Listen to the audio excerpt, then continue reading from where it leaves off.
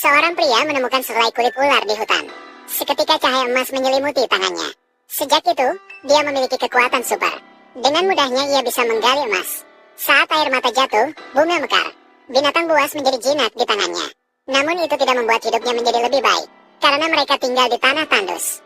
Melihat ke sekeliling, dunia sunyi sepi. Tetangganya adalah sekumpulan manusia batu besar. Sikap mereka tidak ramah. Di lingkungan seperti ini, tidak ada tempat untuk menghabiskan emas sebanyak apapun. Malam itu pria bermimpi. Mimpi melihat puncak gunung yang hijau. Mungkin ada lebih banyak manusia yang tinggal di sana. Maka dia meyakinkan seorang manusia batu untuk mengantarkan mereka mencari gunung itu. Tak lama kemudian mereka tiba di kaki gunung. Namun di atas gunung hanya tinggal seorang tua. Orang tua itu memberinya sebiji-biji, mengatakan bahwa nantinya akan sangat berguna. Malam itu pria itu bermimpi lagi. Dunia tenggelam dalam banjir besar. Banyak makhluk hidup tenggelam dalam air. Saat itu, biji itu melintas di depan matanya, berbentuk kepala kapal di atasnya. Hewan di bawah air tiba-tiba hidup kembali, berenang menuju arah kapal. Tanpa ragu, dia meramalkan bencana yang menghancurkan. Biji itu adalah satu-satunya harapan. Maka dia menanam biji itu sepanjang malam. Keesokan harinya, biji itu meledakkan mata air. Air mengalir ke segala arah. Di mana air mengalir, tumbuh kembali rumput dan pohon. Dalam sekejap, pohon raksasa tumbuh dengan cepat. Tanah tandus berubah menjadi hutan. Air mengalir keluar dari hutan ke tempat yang lebih jauh. Dunia seakan-akan kembali bersemangat. Merpati putih terbang menuju sumber air. Saat itu dengan bantuan manusia batu, mereka mulai membangun bahtera. Kemudian banyak burung berkumpul. Semuanya masuk ke dalam bahtera. Seolah-olah mereka tahu bahwa ini adalah harapan untuk bertahan hidup. Kemudian yang merayap di tanah juga datang. Mereka menyemprotkan asap untuk membuat hewan-hewan tertidur. Terus membangun bahtera tanpa henti. Namun tiba-tiba sekelompok tamu tak diundang datang. Mereka adalah semua manusia yang tersisa dan pemimpin mereka. Pemimpin dengan sombong mengumumkan bahwa segalanya di sini adalah miliknya. Pria itu tidak menghiraukannya, melainkan memberitahu semua orang bahwa bencana besar akan segera datang. Tujuannya adalah untuk menghapus manusia. Bahtera itu digunakan untuk menyelamatkan makhluk-makhluk tak berdosa. Pemimpin marah ingin memerintahkan serangan. Saat itu, makhluk batu mulai berdiri satu persatu. Pemimpin terkejut, mulai berunding dengan pria itu dengan suara pelan. Cukup beri dia tempat di kapal. Pria itu menolak tanpa ragu. Sekarang, kehormatan pemimpin itu hancur. Kembali dan mulai membuat senjata untuk persiapan serangan. Pemimpin sedang membuat senjata dan mengumpulkan pasukan. Tiba-tiba mendengar raungan binatang buas. Berbagai macam hewan datang dari segala penjuru. Semua tujuannya adalah membangun bahtera. Mereka berpasangan adalah benih ras. Hewan-hewan memenuhi bahtera. Sementara di tempat berkumpul manusia, prajurit merampas wanita desa di depan pemimpin. Namun pemimpin tidak peduli ketika mengetahui bahwa di bahtera hanya akan ada hewan dan keluarga mereka. Anak laki-laki pria itu gelisah. Dia ingin seorang istri. Tanpa istri, apakah dia akan sendirian sampai tua? Pria itu dengan enggan menyatakan akan membantunya mencari. Namun ketika pria itu tiba di tempat berkumpul manusia, melihat berbagai sisi kehidupan di ambang kehancuran, orang-orang saling membunuh demi kepentingan pribadi. Tanah di bawah kaki sudah tercemar darah. Dia tiba-tiba memahami penyebab bencana ini. Keburukan manusia bahkan tidak bisa ditoleransi oleh Tuhan. Mereka juga adalah manusia. Jika anak laki-laki memiliki istri, berarti manusia akan terus berkembang biak. Saat ini dia bersyukur bahwa istri anak laki-lakinya tidak bisa hamil, dan memberitahu anak bungsunya bahwa tidak akan ada istri lagi. Namun anak bungsunya sangat tidak senang. Pergi sendirian ke tempat berkumpul manusia, namun tanpa sengaja terjatuh ke dalam lubang mayat. Di dalamnya ia bertemu dengan seorang gadis. Saat itu, istri juga sedang meyakinkan suaminya. Sebagai seorang ibu, dia tidak bisa menerimanya. Anaknya akan sendirian sepanjang hidupnya. Dan anak-anak mereka bukanlah orang jahat. Namun pria itu mengatakan bahwa manusia pada dasarnya tidak begitu berbeda.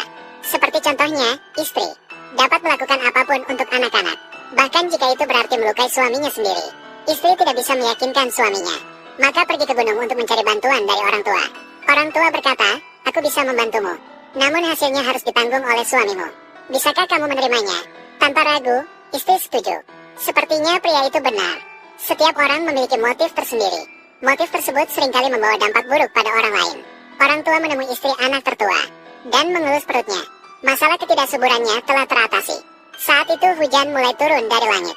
Bencana yang diucapkan oleh pria telah dimulai. Anak laki-laki menarik gadis itu untuk berlari kembali. Orang lain juga berbondong-bondong menuju ke bahtera. Gadis itu tersandung perangkap hewan di tengah jalan. Anak laki-laki itu sama sekali tidak bisa membukanya. Pada saat itu, pria itu datang. Tanpa ragu, dia mengusir anak laki-laki itu. Gadis itu seketika tenggelam oleh kerumunan yang menderu. Pemimpin membawa orang-orang menyerang bahtera. Orang batu juga membentuk formasi besar, siap menghadapi pertempuran selanjutnya. Mereka besar dan keras namun tidak tanpa kelemahan. Pemimpin menusukkan senjata ke celah batu. Pertahanan orang batu seketika ditembus. Sebelum mati, dia meledak sendiri. Jiwa juga bisa kembali ke langit. Pemimpin juga terluka oleh ledakan. Namun melihat jalan kecil menuju Bahtera. Kemudian orang batu meledak satu persatu. Melihat orang lain hendak masuk ke dalam Bahtera. Tiba-tiba kolom air yang tak terhitung jumlahnya menyembur keluar dari tanah. Banyak kolom air menyembur keluar. Banjir besar yang menghancurkan dunia melanda seluruh dunia. Pada saat itu, pemimpin membuka lubang di Bahtera. Setelah banjir melanda bumi, dia masuk ke dalam Bahtera. Anak bungsunya melihatnya tetapi memilih untuk menyembunyikannya. Bahtera bergoyang-goyang di atas air. Pria itu mendengarkan ratapan manusia yang selamat di luar. Tiba-tiba banyak kolom air muncul dari bawah tanah. Namun dia menolak dengan sangat tegas. Biarkan orang-orang ini tenggelam oleh banjir. Banjir telah menenggelamkan seluruh dunia. Sedikit orang yang tersisa di dalam Bahtera juga tidak mendapat ketenangan. Pria-pria itu merasa berjasa atas pembangunan Bahtera. Hanya hidup di dalam Bahtera sampai mati secara alami. Namun istri anak sulungnya tiba-tiba merasa sakit perut. Dia sedang hamil. Ini adalah lelucon besar bagi pria ini. Dia keluar dengan putus asa dan bertanya kepada langit. Apakah dia harus membunuh kerabatnya sendiri dengan tangannya sendiri? Langit masih saja turun hujan. Pria hanya bisa putus asa menunjukkan bahwa dia akan melakukannya. Baru saja ucapan selesai, hujan pun berhenti. Orang lain mengira anak itu telah mendapat persetujuan. Namun pria itu berkata jika yang lahir adalah seorang anak laki-laki, maka biarkan dia tumbuh secara alami. Jika itu adalah seorang gadis yang bisa berkembang biak, dia akan membunuhnya dengan tangannya sendiri. Keluarga terkejut, sedih, dan putus asa. Seiring perutnya semakin membesar. Burung yang dilepaskan juga kembali. Namun cakarnya sangat bersih, menunjukkan bahwa tidak pernah mendarat. Akhirnya waktu melahirkan menantu perempuan tertua tiba. Pemimpin juga pada hari itu mendorong anak lelaki kecil untuk membunuh pria. Dia dengan sembarangan menangkap dan mulai memakan hewan. Anak lelaki kecil mengatakan setiap jenis hewan hanya ada satu pasang. Memakan satu berarti mengakhiri satu spesies hewan. Di mata pemimpin, manusia dengan sewajarnya mendominasi spesies lain. Apakah spesies punah atau tidak, itu tidak masalah baginya. Untuk menarik pria itu datang, dia membunuh seekor hewan dengan sembarangan. Suruh anak kecil pergi memanggil pria itu. Seranglah begitu pria itu tiba. Anaknya sendiri untuk seorang wanita yang hanya sekilas. Bersama orang asing untuk membunuh ayah kandung. Hatinya pria itu sungguh teguh. Meskipun pemimpin yang dibunuh anak kecilnya, akhirnya pria itu tidak lagi melihatnya. Dia ingin melihat bayi yang dilahirkan menantunya. Kedua bayi itu belum tumbuh rambut di tubuhnya. Menantu tahu dia tidak bisa menghentikan pria itu. Hanya bisa menutup mata dalam keputusasaan. Namun pedang pria itu ragu. Akhirnya dia hanya mencium lembut cucunya. Memberitahu Tuhan bahwa dia tidak bisa melakukannya. Kemudian burung merpati kembali dengan membawa ranting willow. Banjir besar akhirnya surut. Pria itu mengira menantunya akan membencinya. Namun menantunya mengatakan bahwa pencipta memilih pria itu dengan benar. Karena dia bisa melihat kejahatan dalam diri manusia. Juga bisa memahami apa itu cinta. Mungkin karena hatinya yang akhirnya lembut. Memberikan kesempatan kedua bagi manusia oleh sang pencipta. Hewan dan manusia berada di jalan besar yang baru ini. Mengantarkan awal yang